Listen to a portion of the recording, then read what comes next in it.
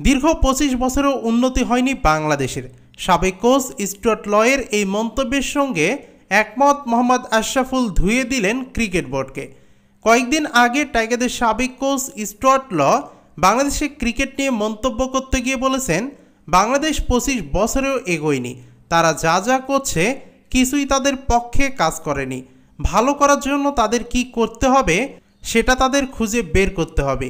এখনই সেটা চিন্তা করার সঠিক সময়, যেহেতু তারা যা করছে তা কাজ করছে না, এবার তাই একটু ভিন্নভাবে করে দেখা উচিত। এর দায় নিতে হবে প্রশাসকদের।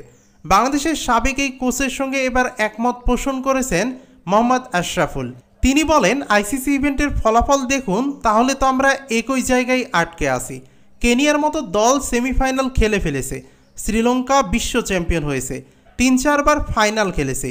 সেভাবে চিন্তা করলে টেস্ট স্ট্যাটাসের ২৪ বছরে আইসিসি ইভেন্টে আরও ভালো খেলা উচিত ছিল।